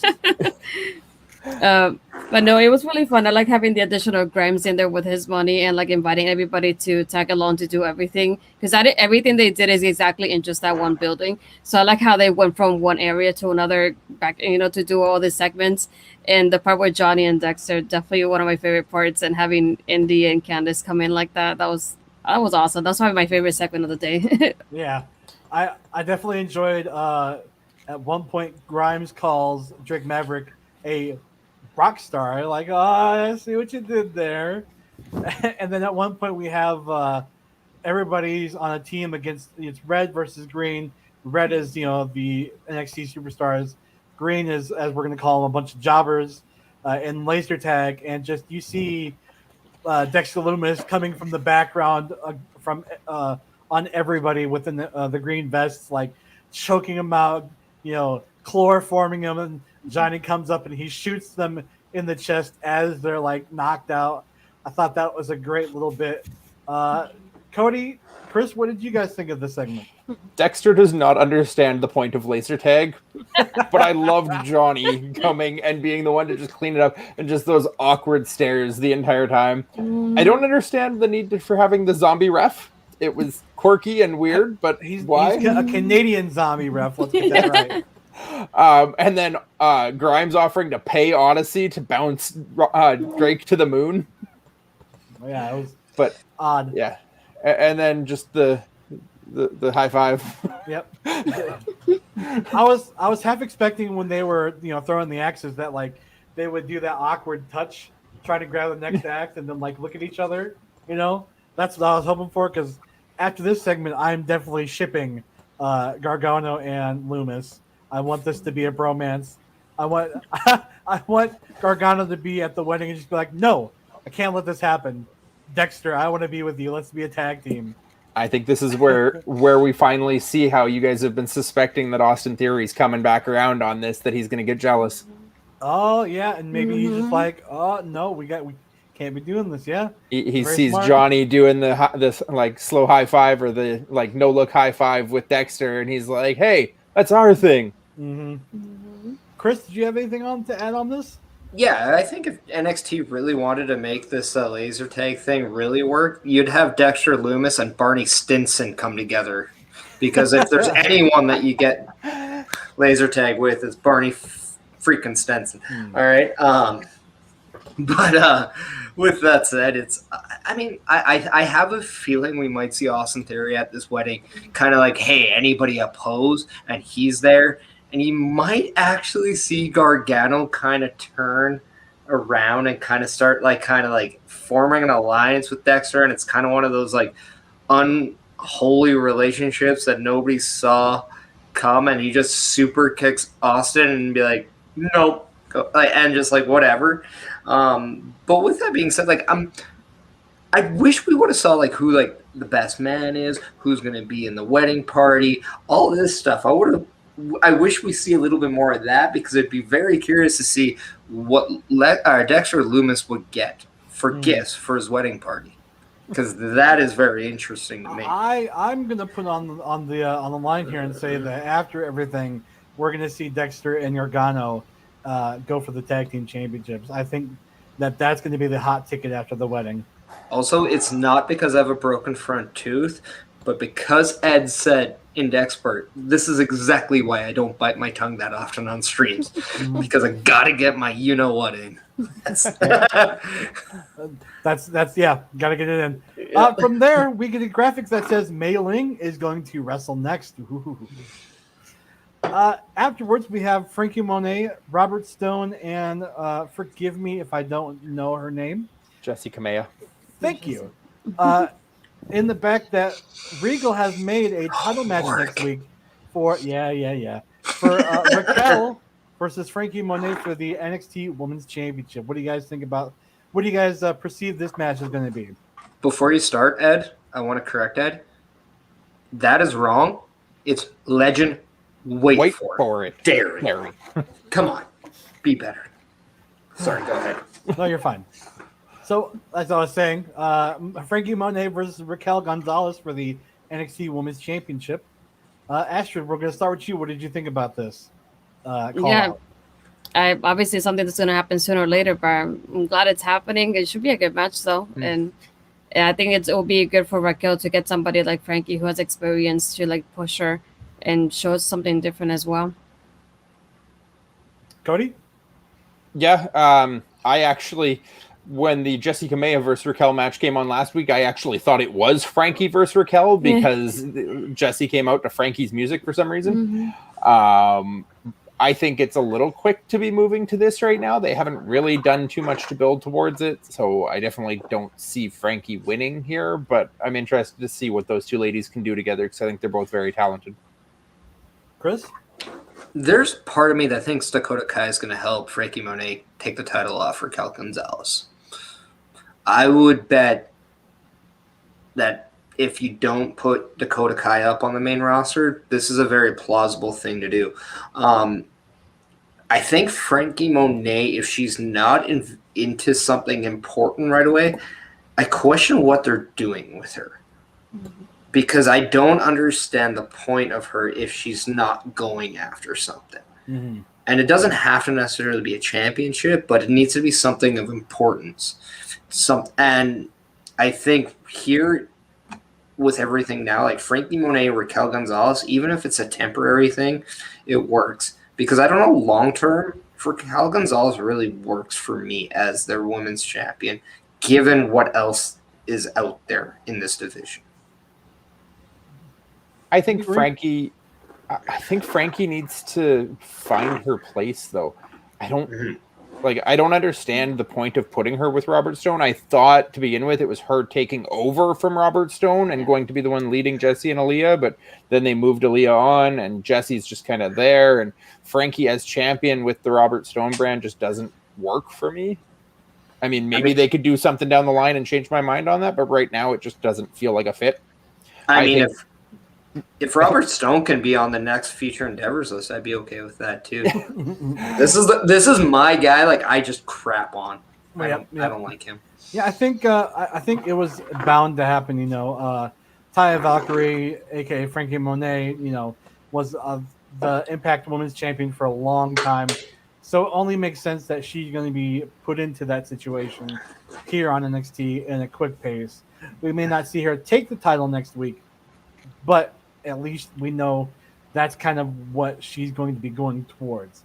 Let's get, that kind of thing going to maybe move the title off Raquel and move her up to the main roster while still having Frankie, who can be a great heel, be back on NXT and defending that championship. I think they need to get Frankie out of that situation. I think she loses next week, possibly because of a distraction by Robert Stone, and then let her drop Robert Stone, maybe keep Jessie Kamea as her backup, and then get back to the title picture to face and win clean. I have an idea that I'm kind of curious to see what the reaction is. But if you're not long-term planning on bringing Scarlett up and putting her with Karrion Kross, which I hope to an unholy power that's the long-term idea, or at least a short-term idea, just freaking do it. But if by chance Vince, is smoking that medical marijuana and chooses not to do it, then why not put Scarlett with Frankie to replace Robert Stone? Because we all want to see her with Carrion. But imagine the duo of Frankie Monet and Scarlett running wild in NXT. That changes the female division, I believe. Could be definitely a team to go after the tag titles there, yeah. So, moving on, we have an LA Knight promo where I'm sorry. First, we have Mei Ling. This was so quick, that's why I skipped over it. Mei Ling versus Virginia Ferry and Enhancement Talent in a very quick blink and you miss it match. It was a squash, plain and simple. They put Mei Ying over. I don't know if you guys want to talk about this. I'm kind of done. Throat chop, choke, done. Yep. That's pretty much it. Moving on. What's the point of this? Like anybody? Like she's supposed to be dark geisha, almost a yokai or a mythical ghost kind of gimmick. I'm assuming, or like something along those lines. She had Xia Li. She's got Boa with her, and I don't know, fit that in the stereotype somehow, I guess. Astrid, do you have any idea? I thought it was interesting that they keep mentioning everything with Boa during Mei Ying's match, but they don't mention anything with Xia Li so far, and we haven't seen her for a little bit now, so I'm wondering what they're doing with her. Like, are they bringing her back with the group or what? But she's kind of basically how they look at her. She's kind of drawing inspiration with at least Xia when in her matches, like, I see you, and she goes and kills her opponent basically, and they're trying to do the same with Boa, but so far it's like Boa lost a quick match. So Mei Ying comes in and it's like, if you're not going to win it, then I'm going to win it. And that's when this started. But it makes me wonder what they're going to do with Xia, if they're just going to keep Boa involved. But Xia Li just disappeared. I have no idea there. It just left it like hanging in there for me at least. And I didn't like that. I want to see Mei Ling be a Susan or a Susie, a Sue Young kind of gimmick. That's my hot ticket. Xia is still recovering, I think, from the injury around the Raquel title match, possibly. Yeah. That was it when she lost to Raquel. Mei Ying basically turned on her and attacked her, did she not? And kicked her out. Basically, is like, if you can't win, we don't want you in the group. Thank you for clarifying that for everybody. No, but I'd be like, what happened? I'm like, why don't they just do anything else with Mei Ying and Xia Li together? We haven't really seen them interact in any way after that either, which is the part that has me curious, though. Who's the one that went to NXT UK? Good question. Like, because I know there was I think it was Japanese. Could be Chinese. I don't know. Oh, Saray. Was it Saray or? No, I was going to say Mako. Yeah. Yeah. Oh, yeah. What do you think about bringing her back and having her be the one to kind of fight for her? What do you guys think? I'm not very familiar with Mako. I don't remember really any matches that I saw of her, so I can't say for sure. Be interesting to see what happens when Xia comes back, if this leads to a Mei versus Xia match, or if Xia comes back and starts winning, or if they team, or what's going to happen here. I know this is like Xia lost the Raquel match. Boa kept losing matches. So finally Mei Ying's like, if you guys can't win, I'm going to do it for you. Well, and then that's what bugs me. Like that's what I just don't get, because you kick Xia Li out, or maybe that's a perception. Who knows? I don't know if there's clarity on that. But she's moved out because she didn't win. But this Boa guy doesn't ever win. why the hell is he still there? Like, where's the continuity? And that's what I don't understand. Like, maybe we bring this Miko Sakamura to kind of, be that like right hand man, but like maybe we do like a triple like Japanese female faction or something like that. Maybe you bring in Iro. Could that not be an interesting? I mean, Io? Io. That's what I said. Io. You said Iro. I said Io. I just said it weird. All right. I like the ideal. No. From there we get. Fuck you. Yeah. There's our one. From This was there, our budget. I don't think Alex can say much tonight, so I legitimately won't curse on stream. So I went on no, I Powers. mean you're not I didn't pronouncing curse. names correctly, so you can't say much to Paris tonight. I gotta go on Paris tonight. So. Thank you. I thought Zach already blew the budget for the night. We don't have that one. Yeah, we already did that. I gave mine to Spencer on the weekend. I think I get one, like a gimme one, to be honest. You owe us something into the Love Wrestling swear jar. Going ahead. That's two now. Going ahead, we move into the LA Knight promo where he's driving a car dangerously while he's cutting a promo. Just want to make note of that. Putting over the match next week against Pete Dunne and Tommaso and Kyle O'Reilly for the #1 contender spot. And then we come back to another promo about the same match with Ciampa, saying that he's coming. He threw his chair and he's coming for the title. Joe, be ready. And then we get a final rundown of the September 4th episode. Next week, we've got the wedding. We've got Frankie Monet versus Raquel. We've got the Fatal 4-Way. I'm sure they'll add more into there because it's going to be the first NXT in the new venue. So who knows what we'll see. I just want to say, those segments that they ran, I know they do this a lot when they've got like a contenders match or a big match coming up. Of the LA Knight, the Kyle O'Reilly and the Ciampa segments, because Dunn had his segment with his group where he didn't really talk about it before the match was announced. I honestly think Ciampa's was the strongest of the night. I really liked kind of him touching back, and it's been far too long since I've been, and yada yada yada, and Goldie, and then he gets up and walks away. Yep. I think out of all of them, I know that we want to see like a Pete Dunne match or a Kyle O'Reilly match, but I think Ciampa versus Joe could put on a hell of a hard-hitting match. And that's just me personally. You know, we watched Ciampa versus Walter. We've seen Ciampa versus Gargano, Aleister Black, name them all. But I think this would be one to see. And, I'll continue to pay my $5 a month just to see this. Yeah. With Ciampa saying he never wants to leave NXT and he's one of those guys that's just happy to stay and work with the younger guys and all of that, he's the guy that I would like to see take it off Joe. But ultimately, I think Joe's going to lose it to one of the younger guys to put them over in his place. Astrid, Chris, you got any thoughts? No, I like how each one of the promos had like a different setting. It wasn't just like a regular backstage promo. Everybody had their own thing to it, and that's what I thought it was interesting compared to like most like main roster promos are just like a backstage interview or just like that backstage part what the ring is. But I like how it was unique for everybody. Chris? So the one thing that fears me is because now with like information with wrestling, it's always out in the open, and we don't know the contract with Pete Dunne. So that almost just immediately brings to my attention that he's probably not going to do anything major until he signs. And because of that, it kind of forces my thought process to eliminate him from anything, even though it's the most, or it's what makes sense.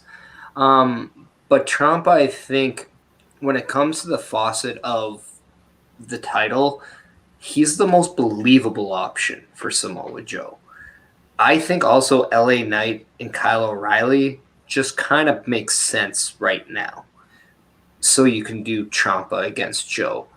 The one thing that I want to see Kyle O'Reilly kind of start getting away from is getting away from that quirky, funny thing. If he wants to be taken seriously in a championship picture like the top title.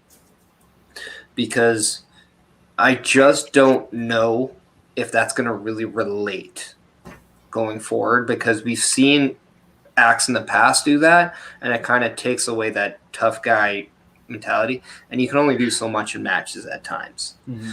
So with that, I kind of want to see that with LA Knight, so he has an opportunity to kind of phase away a little bit, so by the time he gets to that title match, okay, it's a little bit there. He still needs a little work around the edges in terms of that, in my opinion.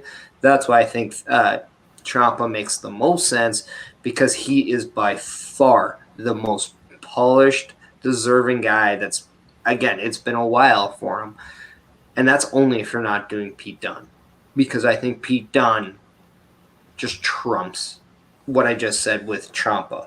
But if it's not done, I'd have to go with Ciampa. I think it has to be done first. It's the most organic. It's the story they've been telling since Joe came back with their stare downs in the hallway every single episode. Having him in this match, having Ridge Hall in there as his heater now, I think that's the way you have to go. Even if it is Dunne losing in that match because he's not signed to be here long term, having him as that guy, that first match against Joe, just to make sure that match happens in case you lose Dunne, and then you can move on from there. Joe's not going to lose his first feud anyhow.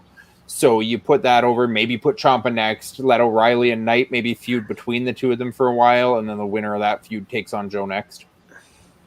Well, we're going to get to a reason why I don't think it's going to be done just yet after our main event. Astrid, what do you? How do you feel about this, and who do you think could be the one to take the number one contender spot? I'm happy with any other four guys. I feel like any other matches are gonna be good. So I really don't. I can't pick anybody right now. I'm just excited for the match next week, and I feel like whatever direction they go with, it's gonna be good either way for us to watch as fans. Awesome. From there, we go to our main event of the evening. We have MSK, Wesley, and Nash Carter against the returning Danny Burch and Oney Lorcan, with Ridge Holland and Pete Dunne for the NXT Tag Team Championship. What are you laughing at? I'm laughing at the dog, man. I'm laughing 100% at the dog. It's just hilarious. I was hoping you couldn't hear her through the closed door. Well, no, and then you're seeing your like movement of your mouth, and it's just like, and then you're hearing like the dog kind of like bark, and then it's like, oh yeah, I'm the one barking. Oh, yeah. So it's funny to me. This match was definitely a good back and forth. Both these teams have very good chemistry with each other. They have clashing styles. MSK having the high flying style, Oney and Burch having the technical ground and pound kind of style. One thing I did see during the match is we saw Danny almost lose a headlock takeover on Carter. He almost had a slip out there, but in the end of the match, we saw MSK coming out on top once again and retaining the titles. What did you guys think of this match? Anybody? We talked about wanting to take the titles off Iro and Zoe. I want to know when we're taking the tag titles off MSK. I don't hate them. I just don't. I mean, to me, like, I just don't believe them anymore as the most dominant tag team in NXT. And because of that, like, we need to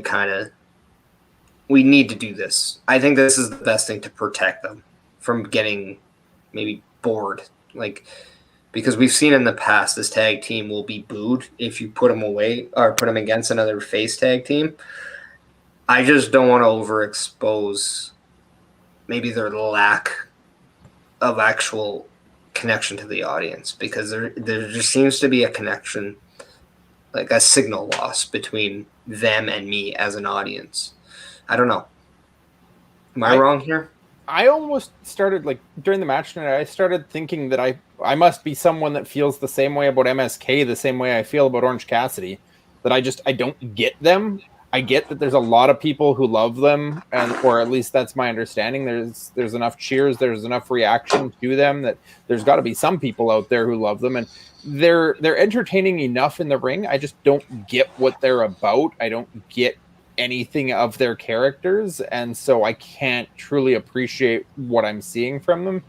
I felt like Dunne and Lorcan tonight were the team that I thought was going to take it after, like, they had the titles taken from them because of Dunne's injury, or not Dunne, Burch. Wrong names. I keep mixing up all three of them. They're all just a bunch of generic. Not all Brits look alike. Well, and Lorcan's not even British. So. They're the Brit Am Brawlers, as Ronaldo used to call them. But no, I thought that they were going to get them back. I mean, obviously we saw afterwards what came to be with the loss, but I definitely felt like this was the match. I thought MSK was going to lose it, and I said it last week in the chat with Astrid and Ed as well, that the way Regal put it over, that he was going to take the match away from Birch and Lorcan and then gave it to them anyhow because MSK insisted. I thought that was the perfect opportunity to take the titles off of MSK for being too cocky in themselves. Astrid? Yeah.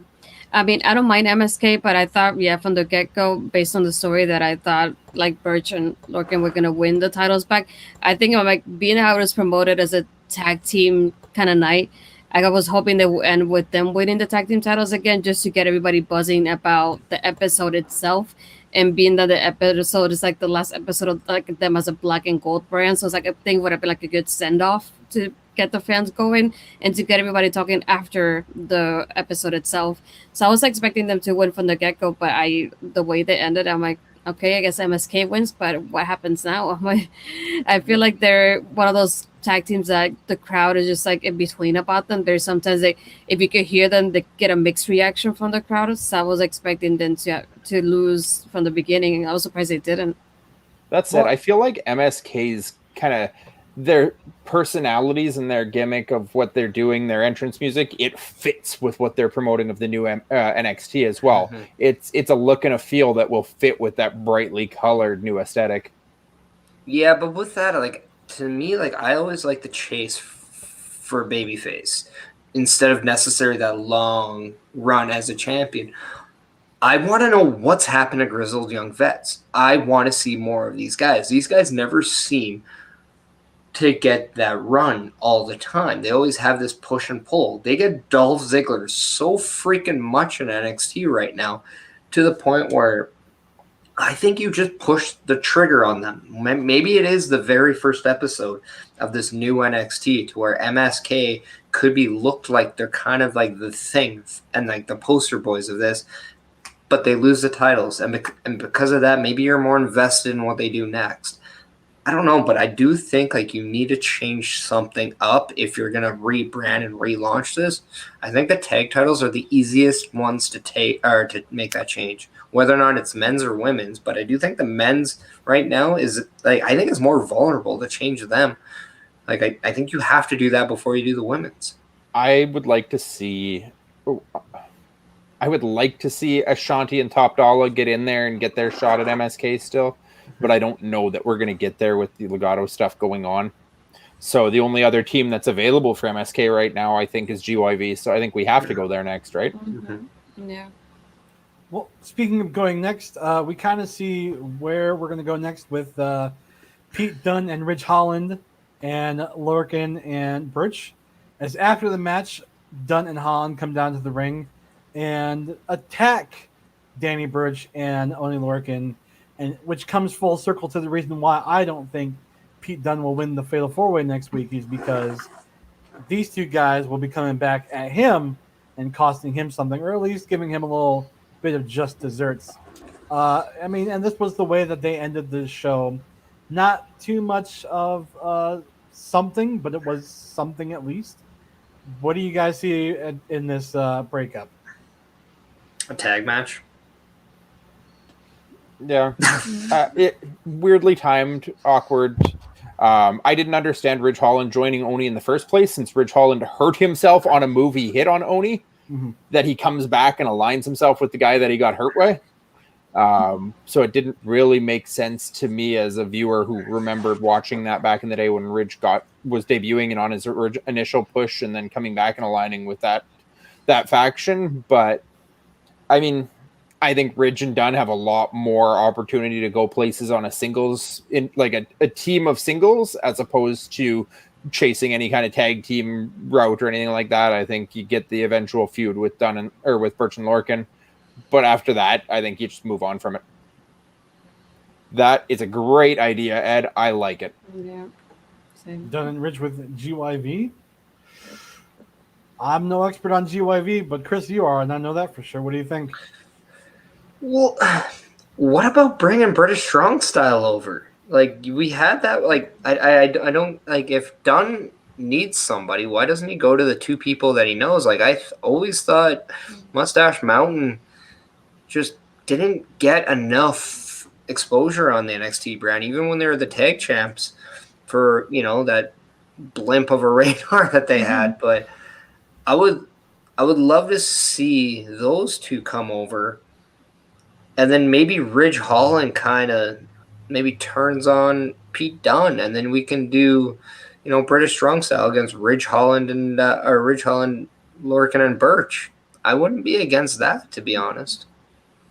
I think it depends where we're going with the NXT UK brand as a whole right now. Because you can't keep cherry picking their brand and expect them to survive. But I know there's been rumblings out there that people are expecting the UK brand is just going to fizzle out over the next year. So if they're going to fizzle out, start picking that talent and bringing it across now, sure. But if you want to actually make that brand succeed, a team like Mustache Mountain is always going to be a draw, especially once they start being allowed to get consistent crowds back in Britain. That you don't want to bring that over here if you're going to try and get your audiences back.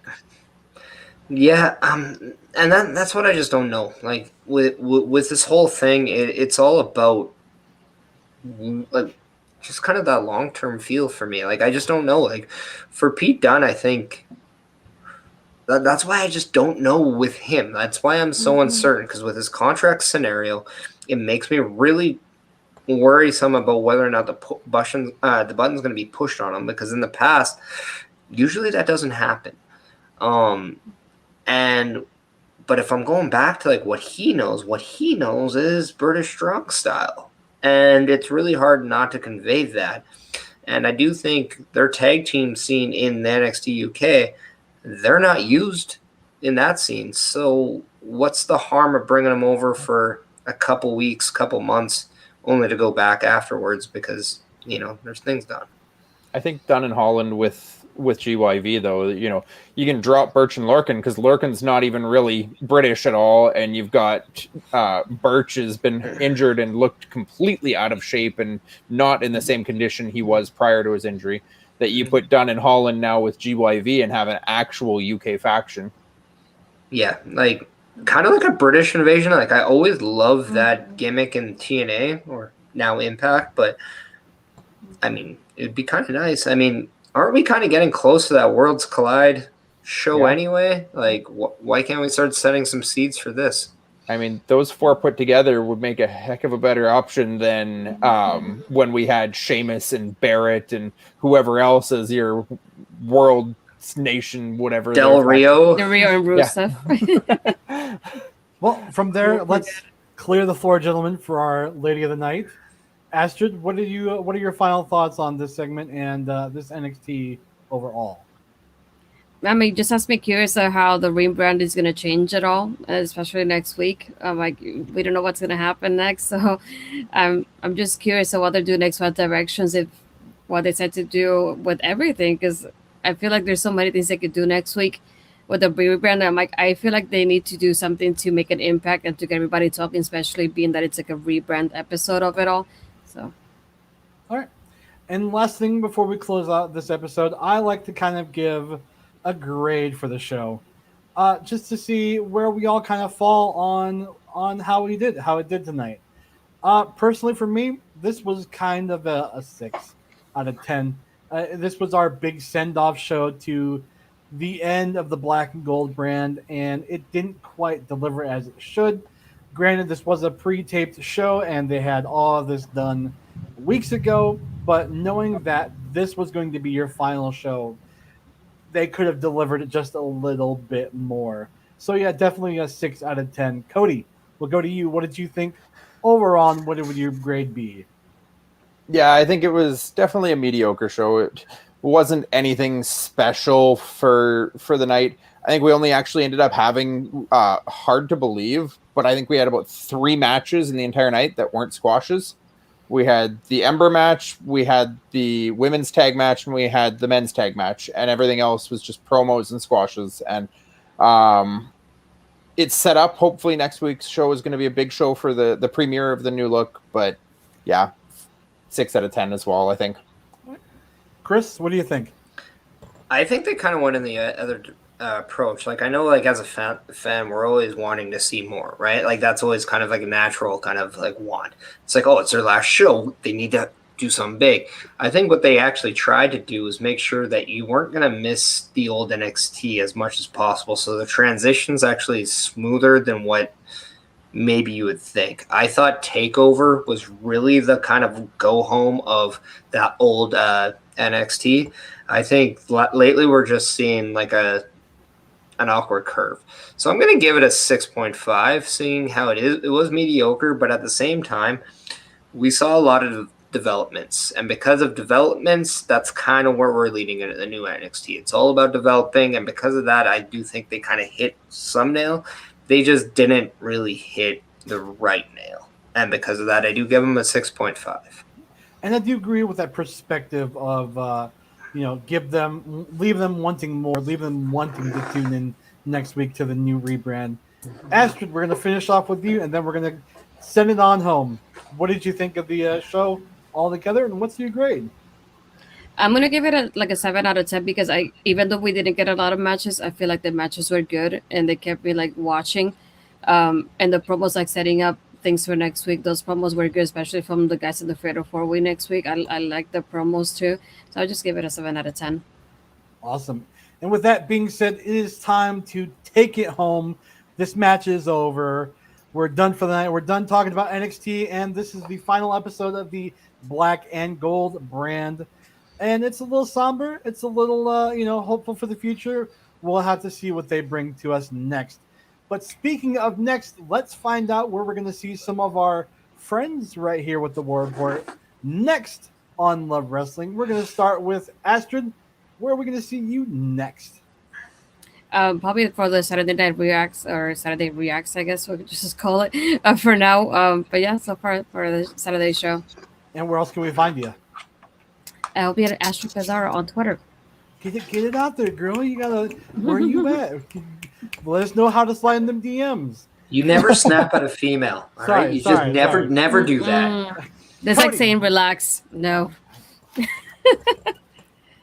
Cody, where are we going to see you, and where can we find you?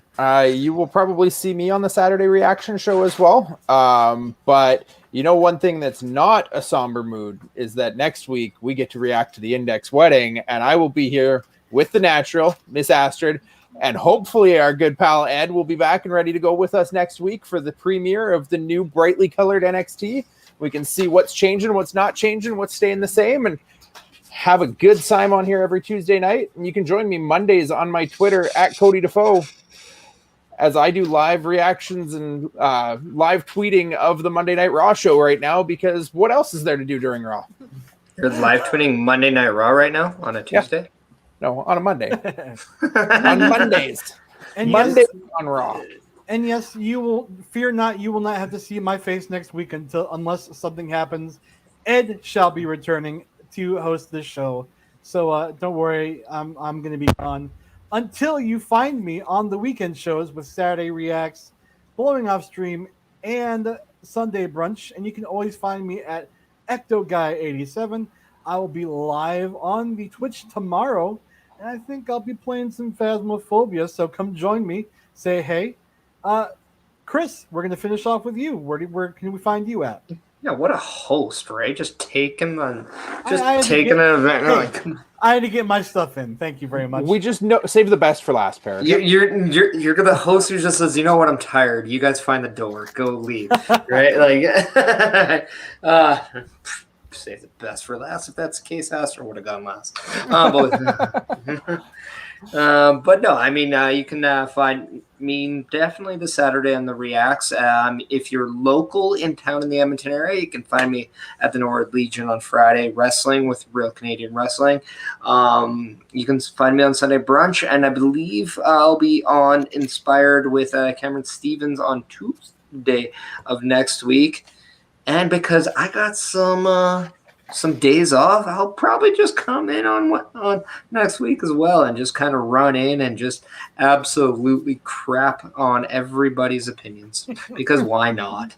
Because I'm not going to be sober a lot. So let's just do that. Find me on Chris Parrish on the Twitter, Chris.Parrish on the Instagram, at the Chris Parrish on the Twitch, which if you're asking when I'm going to do it, I'm going to say, don't know. All right. And then, as always, if you want to follow us, we are at lovewrestling.ca on the Facebook, the Twitter, the YouTube, the Instagram. We are just about everywhere. The Twitch, yep. And you can also check us out at www.lovewrestling.ca, where we have great merchandise. We've got t-shirts, stickers. Slash shop. There we go.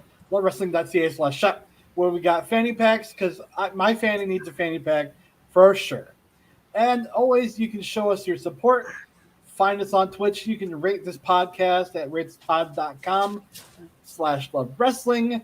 So much to say, so little time. But also check out some of our great programming we have right here on Love Wrestling. There's Turnbuckle Talks. There's Blowing Off Streams, Sunday Brunch. There is a plethora of talking wrestling and wrestling talk going on right here on this channel, right here in this network, in this program, in this universe. So make sure I talk with my hands. Forgive me. With that being said, for myself, Astrid, Cody, and Chris, that's it. We're done. I'm getting out of here. For everybody, have a good night, and we'll see you next week.